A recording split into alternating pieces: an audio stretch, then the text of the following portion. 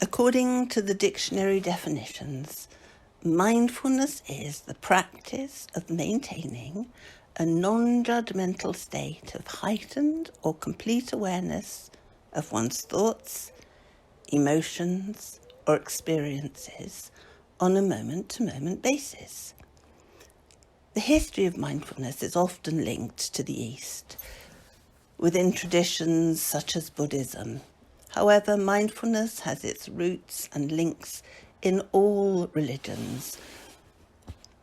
It was popularized in the West by both individuals and institutions. In particular, John Kabat-Zinn played a large part in popularizing mindfulness and meditation in the West. He developed what is known as the mindfulness-based stress reduction course after studying mindfulness with Buddhist teachers. Now it can be seen as both a religious and non-religious, spiritual and non-spiritual practice. An increase in the academic study of mindfulness has highlighted the various benefits and uses of mindfulness in the modern world.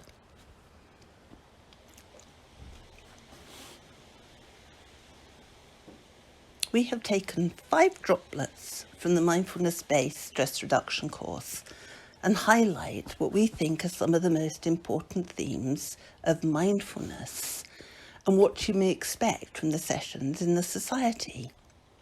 Here are the droplets, briefly explained with some words and experience of members of the Mindfulness Society. Droplet number 1 is about turning up for the moments in your life, being here and now. We often don't realise we're losing focus on what we're doing and worrying about something completely different, like the future. You can spend much of your life saying things like, I'll be happy when. For me, the Mindfulness Society allowed me to realise I was often worrying about the future and not focusing on the present. Meditation allowed me to notice when my thoughts are wandering and bring me back to the present, allowing me to notice things around me and be ultimately more grateful and less stressed as I can take things moment by moment. But 2 is working with the body. And quite often the body will send us messages, and these can be misinterpreted because we spend so much time in our heads trying to think about what these messages mean that we lose the connection with how we actually feel and what the body needs in that moment. So with mindfulness, sometimes just something like a quick body scan or a breathing space practice, just anchoring yourself with your breath, can bring you back into your body and out of your head and calm down some of those cycles that can spiral out of control. And even something for me that really helps is just a walk outside and just feeling the air on your face and your feet on the ground and listening to the sounds and smelling the smells of nature, and that can really just bring you back into your senses and out of your head when everything's getting overwhelming. Droplet number 3 is about that thoughts are not facts. One of the most valuable teachings of mindfulness is that thoughts are not facts. We tend to automatically think that they are, and some of them indeed are, but certainly not most of them, especially not the ones which are attached to a very critical inner voice.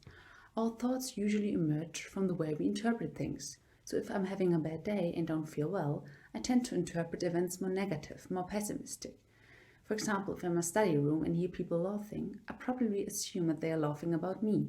And these thoughts make my mood even worse, to feeling really sad and anxious, which can lead to inner stress and restlessness.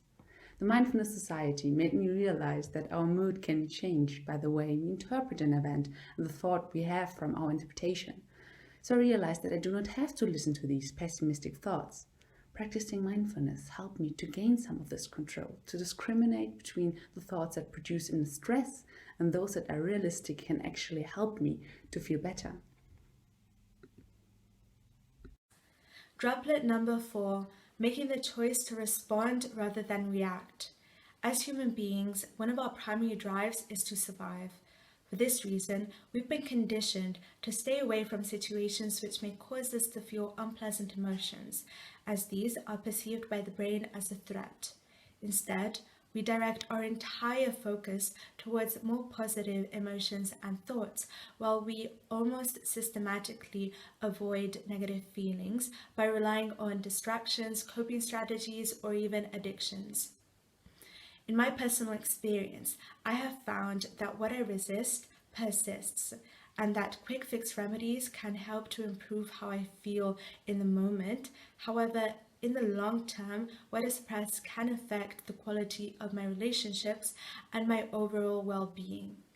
Through mindfulness, I've become aware that most of my fears and negative expectations are irrational and based on the false belief that one bad experience will determine all other experiences in the future. This couldn't be further from the truth. I'm currently learning to befriend any negative feelings which may arise without judging them or expecting them to be different than what they are right now.